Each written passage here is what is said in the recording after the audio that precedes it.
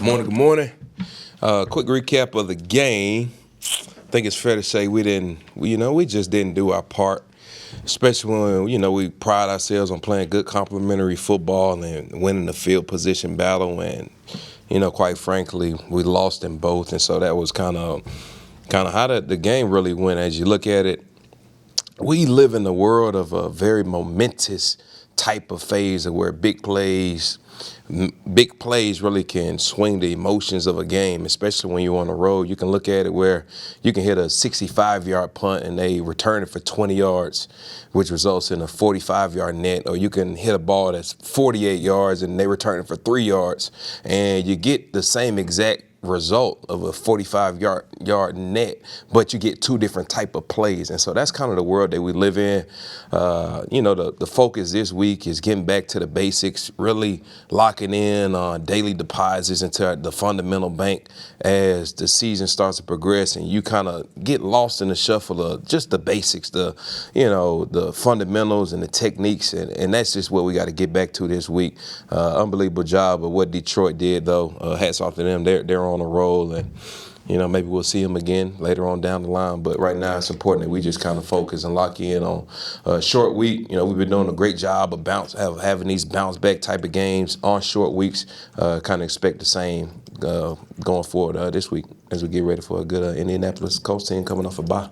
With the fake punt that they got on you, it looked like you guys were overloaded to one side. Was that just a scheme thing? Yeah, so, what really happened there, we were just kind of quick, or not quick, we didn't trigger fast enough on a little slight tendency that we had, or indicator that we had of getting those two players over to that side. That's really just what happened there. We were just late to get over there because we were overloaded, but we had like a rotation happening to the away, really where they ended up running the fake to. We were just late getting there. So that's kind of what ended up happening there. Hey, Matt, after Kene's touchdown a couple of weeks ago, he didn't have that single opportunity. I don't know if there's any way you can make the other kicker knock his team. No, it's tough to say. That's kind of, you can anticipate that after you take one to the crib, especially when you're just dealing with a guy who's impactful and electric as Kene is. You kind of expect that moving forward, but we'll get some opportunities. Indianapolis, you look at it, they got a 56% touchback rating with McLaughlin, so we anticipate bringing some balls out or having some opportunities too this week. And then, New York usually like to play some football, and we got 2 outdoor games coming up. So 4 opportunities left. I imagine possibly 3 out of the 4 will have some opportunities to get the ball in Kene's hand and be able to make some impactful plays. Do you give him a set depth in the end zone from which he can take it out, or is there some feel or adjustment based on opponent? Yeah, for sure. Again, normally we kind of like to look at what the situation of the game is. Do we need some type of play to be made? How is the offense moving the football versus their defense, the opponent's defense? Do we like our matchup versus their kickoff team? Where do they rank at? Do we feel as though they have certain guys that might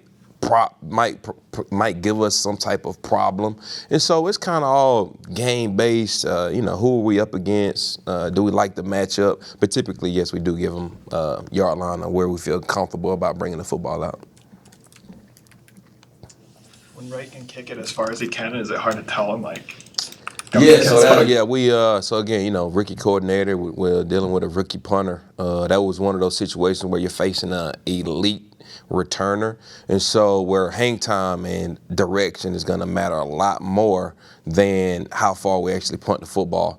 So it's kind of twofold, though, because you can look at it where you kind of get like this D-state look to where they have their defense on the field, and so you imagine you got big heavyweights guys in there who can't, really truly set up a return. And so you do want to pound the football. But we got to be smart about when we do decide to pound footballs like that. I mean, we end up in a 64 or 65-yard ball that had a 4.2-second hang on it, and you're facing a guy like Khalif Raymond, who's top 3 in the NFL. You give that guy a lot of space and opportunity.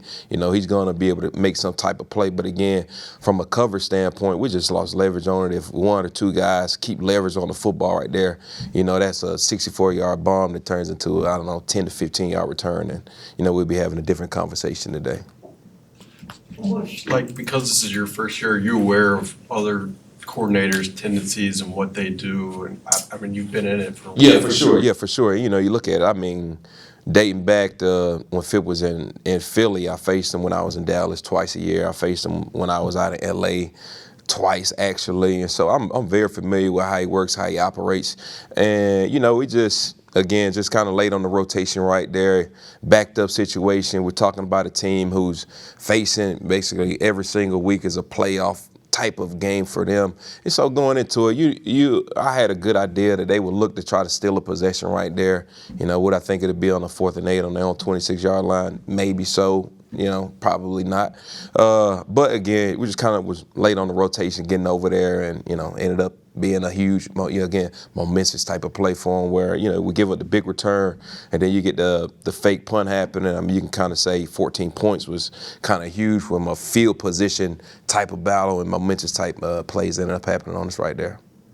How's the left hash mark working out for Greg Joseph? Seems like he's, Yeah, it's working out good. Yeah, it's working out good, Chris. Yeah, it's working out good. But again, it's kind of moving forward through and through at the beginning of the year, middle and end. We kind of always expect, Greg to find that groove, find that stroke, and just be as confident as he has been over these past couple of weeks to put it through the uprights. And I expect him to continue to do that moving forward. All right. Cool. Thanks, everyone. Appreciate y'all. Thanks.